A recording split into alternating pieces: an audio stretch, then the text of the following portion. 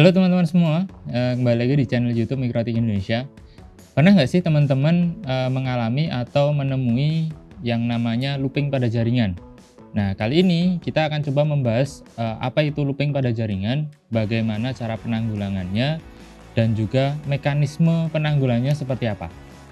Nah, simak terus video ini sampai selesai dan jangan lupa teman-teman untuk melakukan subscribe channel YouTube Mikrotik Indonesia dan klik tombol lonceng untuk mendapatkan notifikasi video terbaru dari kami.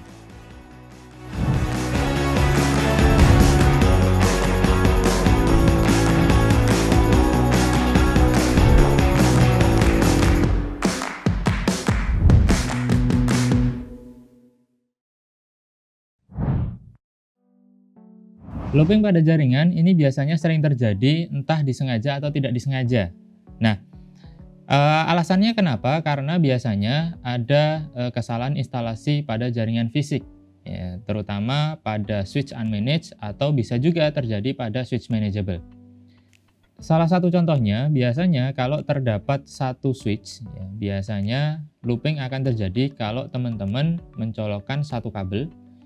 Yang ujung kabel pertama itu dicolokkan pada switch itu, lalu ujung satunya dicolokkan ke switch itu juga. Ini biasanya dalam satu jaringan atau jaringan layer 2-nya otomatis akan mati, ya, atau tidak bisa digunakan. Ya. Nah, dalam kasus yang lain, ya, ini sering terjadi juga kalau ternyata kita menggunakan dua switch, yang dua switch-nya ini kita estafet. Ya, misal switch pertama dihubungkan ke switch kedua, dan ternyata antara kedua switch ini ada dua kabel yang terhubung. Ya, kalau satu kabel mungkin normal, tetapi kalau dua kabel yang terhubung, biasanya ini seluruh jaringan yang ada di dalam dua switch tersebut itu semuanya akan mati. Internet tidak akan jalan, ya, sharing file juga tidak akan jalan, dan biasanya seluruh bandwidth-nya akan saling terbebani. Nah, semakin banyaknya switch, biasanya hal-hal ini mungkin akan sering terjadi. Contohnya, kalau nanti kita implementasinya adalah 3 switch, atau mungkin 4 switch, atau 5 switch, atau mungkin 6 switch, dan seterusnya. Kalau nanti ternyata kita menggunakan 3 switch, dan kita udah melakukan deploy untuk masing-masing switch, dari switch 1 ke switch 2, switch 1 ke switch 3, dan secara tidak sengaja, ya, kita berpikiran, oh gimana kalau nanti linknya bermasalah, ya. Anda bikin jalur backup dari switch 2 ke switch 3. Nah, ini malah akan mengakibatkan jaringan yang ada di kantor Anda itu pasti akan mati. Ya, atau biasanya kita sebut dengan yang namanya looping. Kenapa looping terjadi? Ya, karena informasi data atau traffic yang disebarkan oleh setiap switch itu akan di-broadcast ke semua port biasanya. Ya, sebutannya broadcast. Ya. Misal dari switch 2 itu di-broadcast ke seluruh port, ya. Diterima oleh switch 1 dan switch 3. Nah, oleh switch 1 di-broadcast lagi, ya. Oleh switch 3 di-broadcast lagi ke begitu seterusnya. Nah, hasilnya, ya, trafficnya itu akan muter-muter di ketiga switch itu. Seluruh jaringan pasti akan mati dan trafficnya pasti akan terdeteksi bahwa itu besar banget. Nah, cara penanggulangannya seperti apa? Sebenarnya penanggulangannya ada beberapa metode yang bisa kita gunakan. Salah satunya nanti adalah menggunakan loop protect. Ya, mungkin teman-teman nanti bisa cek videonya pada link deskripsi di bawah. Ya. Tapi pada video kali ini kita akan coba membahas dengan yang namanya STP atau sebutannya adalah Spanning Tree Protocol. Ya, nanti Spanning Tree Protocol ini ada beberapa pilihan, ada RSTP, ada juga MSTP, dan sebagainya. Nah, tujuannya apa? Tujuannya fitur ini nanti kita gunakan untuk menanggulangi yang namanya looping, ya, terutama looping pada jaringan layer 2, ya, atau pada jaringan switch yang masih satu segmen, dan juga kita bisa menerapkan yang namanya link redundant, ya, untuk menanggulangi kalau ternyata ada link yang terputus. Nah, cara kerjanya seperti apa? Ya, sebenarnya kita akan coba terlebih dahulu apa yang akan terjadi kalau kita melakukan looping secara sengaja. Ya, kita akan coba lakukan looping secara sengaja. Di sini sudah saya siapkan 3 perangkat switch Mikrotik yang nanti kita akan sengaja loop, ya, sengaja loop dengan topologinya. Nanti ada switch 1, ya, ada switch 2, ada switch 3. Lalu nanti kita akan coba hubungkan antara switch 2 dan switch 3, ya, agar nanti trafficnya looping, ya, hasilnya nanti seperti apa, ya. Lalu nanti kita akan bandingkan bagaimana kalau kita aktifkan yang namanya RSTP atau STP di semua perangkat switch, ya. Oke, cara pengaktifannya seperti apa? Jadi sebenarnya kalau kita coba cek di masing-masing switch, kita coba cek di bagian menu bridge, ya. Kalau kondisinya ini sudah dijadikan switch, biasanya kita bisa pantau di bagian bridge, ya. Ini ada port. Nah, pada bagian bridge nanti kalau kita klik 2 kali bridge akan ada yang namanya STP. Jadi secara default MikroTik sudah mengaktifkan proteksi yang namanya looping, ya. Kalau kita coba nonaktifkan, ya, kita akan coba nonaktifkan terlebih dahulu seperti ini. Lalu saya coba nonaktifkan juga di beberapa switch yang lain, yaitu ada di switch 2 dan juga switch 3.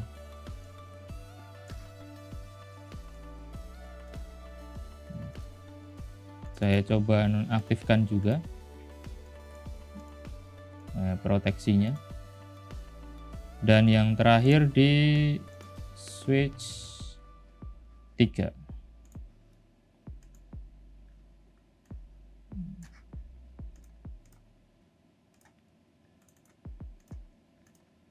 Setelah itu kita akan coba lakukan looping secara sengaja, yaitu menghubungkan antara switch 2 dan switch 3.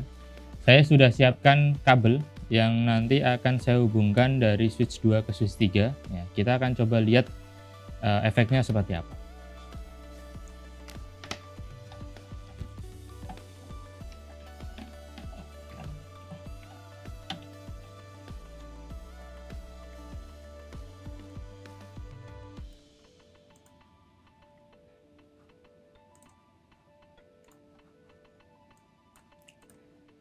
Nah, efeknya biasanya, ya, ketika perangkat switch itu tidak akan bisa diakses sama sekali, ya. Anda tidak bisa akses menuju ke internet, Anda nggak bisa transfer data ke klien lain dan sebagainya, ya. Kenapa? Karena seluruh trafficnya itu sudah terbebani, ya. Ini kebetulan di tempat saya itu Winbox-nya putus, ya. Kalau saya coba reconnect lagi atau connect lagi, itu tidak akan bisa, ya. Kenapa? Karena traffic yang ada di ketiga switch ini itu akan muter terus, ya, akan muter terus, ya, membebani slot atau pipa yang ada di jaringan. Nah, kalau kita coba cek di bagian router utama, saya coba remote bagian router utama.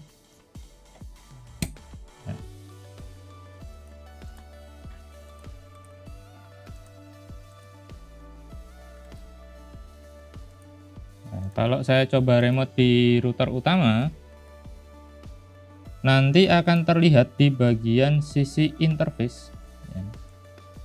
Biasanya, ya, traffic yang akan dilewatkan, ya, atau yang akan diterima dari switch itu trafficnya akan tinggi. Ini kelihatan di sini bahwa trafficnya itu sampai 8, ya, hampir full, hampir 100 Mbps. Ya, kemungkinan ini ada salah satu kabel yang dia maksimal hanya 100 Mbps saja, ya. Nah, alasannya kenapa?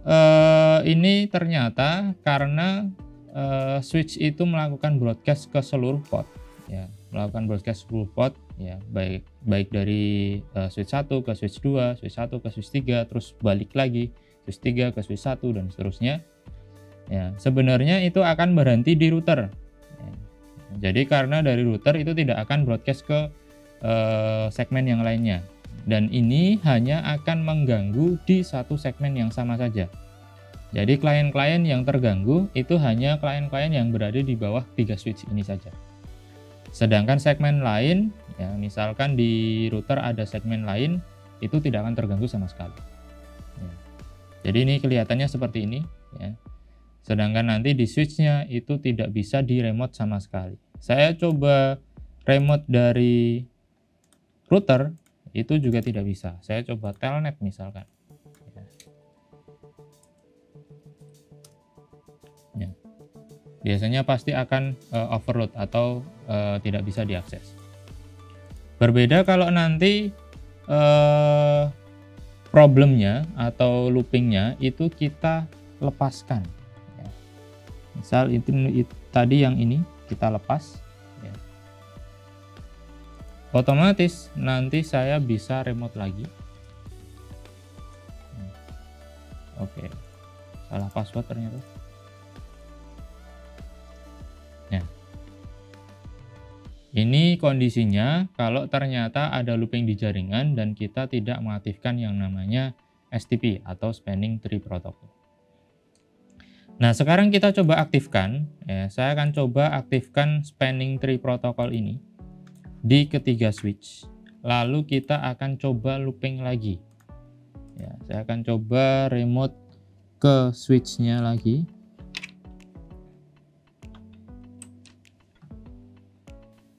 Oke, kita coba remote lagi ke switch pertama.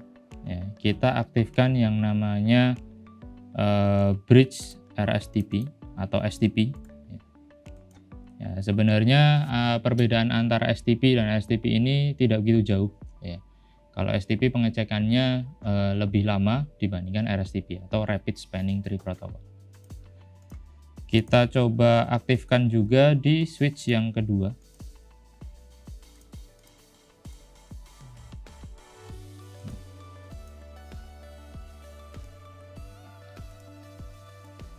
Lalu kita aktifkan juga di switch yang ketiga.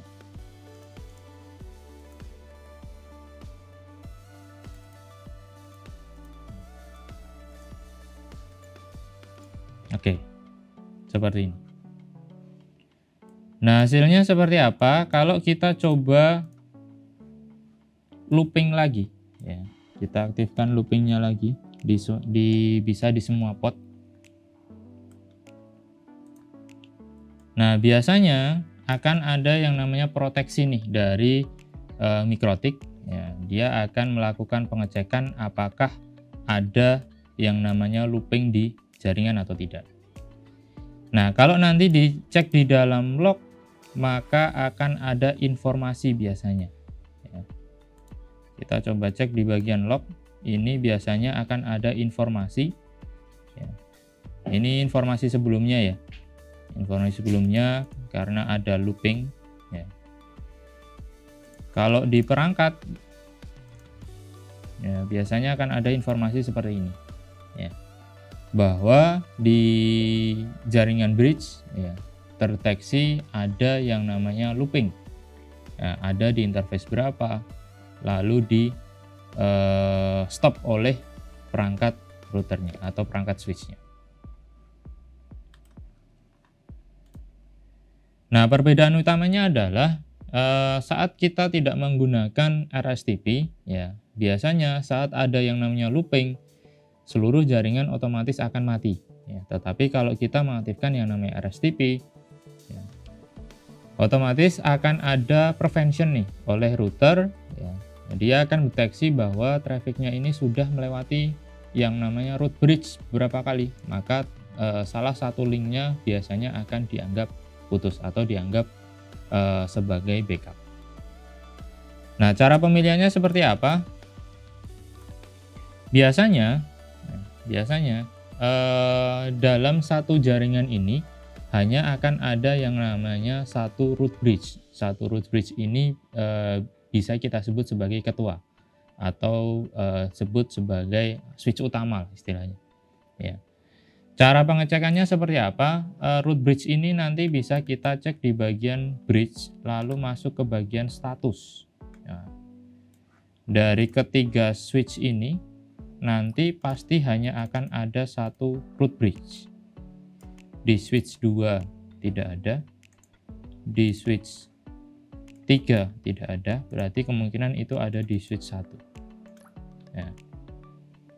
Jadi switch 1 yang saat ini bertindak sebagai root bridge atau ketua, yang paling atas ini. Nah, perlakuannya seperti apa? Nanti oleh router biasanya akan ada yang namanya status role.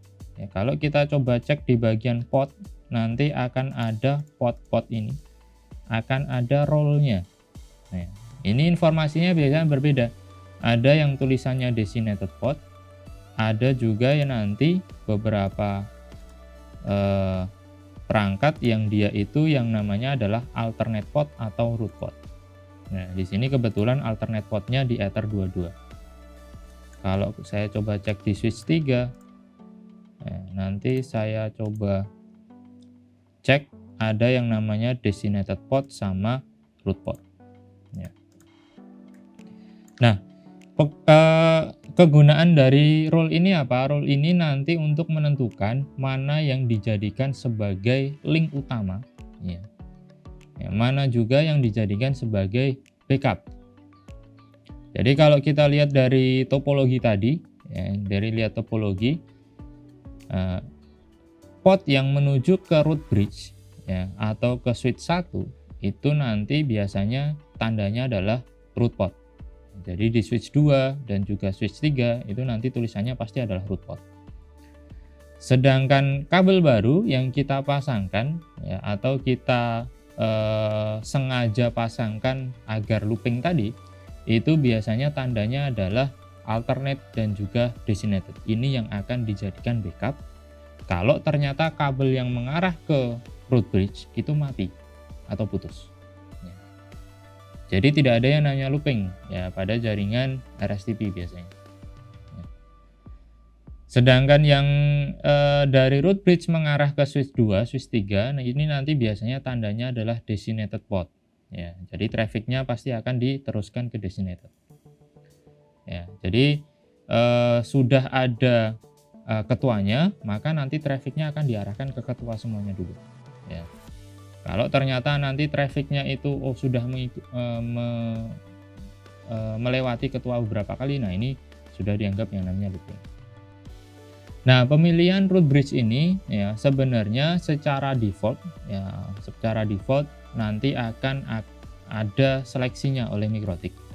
Ya, ini biasanya akan dipilih berdasarkan bridge priority dan juga yang namanya MAC address. MAC address yang paling kecil biasanya akan dijadikan sebagai root bridge. Nah, dalam topologi saya kebetulan root bridge-nya itu adalah switch 1, nah, yaitu yang paling atas ini. Ya, kebetulan saja. Tetapi mungkin kalau nanti di lapangan, ya, Anda bisa melakukan custom nih, lakukan custom siapa yang akan menjadi yang namanya root bridge, ya, atau bridge ketua sebutannya. Sedangkan nanti untuk mengarah ke root bridge, ya, untuk mengarah ke root bridge itu biasanya akan ada kalkulasinya. Mana yang akan diprioritaskan, mana yang akan dijadikan sebagai backup. Nah, cara penentuannya seperti apa? Nanti biasanya akan ada yang namanya perhitungan cost. Jadi dari switch 2, switch 3, kalau mau tujuannya ke root bridge, itu cost-nya berapa? Semakin kecil cost-nya, maka itu akan diprioritaskan atau dijadikan link utama. Sedangkan cost yang lebih besar, ya, biasanya akan dijadikan sebagai backup. Seperti yang nanti teman-teman lihat, kalau kita coba lihat di bagian alternate, ya, nanti biasanya secara otomatis ini sudah dimodifikasi. Ya. Ini alternate-nya itu root path cost-nya itu adalah 20. Ya. Tetapi ini nanti bisa kita ganti secara manual. Misal link yang ini kita jadikan utama, link yang ini kita jadikan backup. Ya. Lalu biasanya kita lihat juga dari yang namanya bridge identifier dan juga nanti bridge port ID. Ya. Akan ada yang namanya identifier dan port ID. Tetapi yang sering dipakai itu biasanya adalah cost.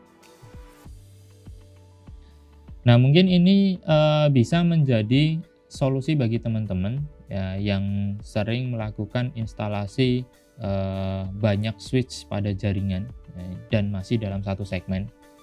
Nah, untuk menghindari yang namanya looping ini, ya pastikan switch Anda itu sudah mengaktifkan yang namanya RSTP ya, atau STP ya, tapi saran kami gunakan yang namanya RSTP.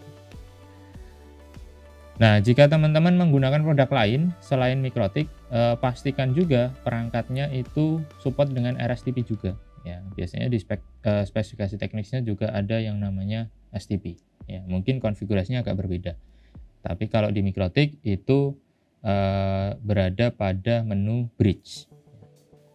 Nah, dari kami sebenarnya kalau ternyata teman-teman di lapangan menemui log mengenai looping ini ya, nggak usah takut ya, nggak usah panik dan sebagainya, karena pada jaringan Mikrotik selama itu koneksinya lancar atau bisa diakses ya, harusnya tidak masalah ya, karena secara default ya, loop prevention ini sudah diaktifkan secara otomatis oleh Mikrotik ya. Kalau Anda mau pastikan ulang, silahkan cek di bagian bridge STP, pastikan RSTP-nya sudah aktif. Jadi nggak perlu kaget, nggak perlu panik ya kalau ada log yang namanya looping. Cukup dicari tahu aja ya, apakah ada kabel yang terpasang atau mungkin ada topologi yang salah yang ternyata menyebabkan jaringan Anda looping ya. Tapi kalau memang disengaja dan itu digunakan sebagai backup, harusnya nggak masalah ya. Jadi untuk log pada Mikrotiknya bisa diabaikan.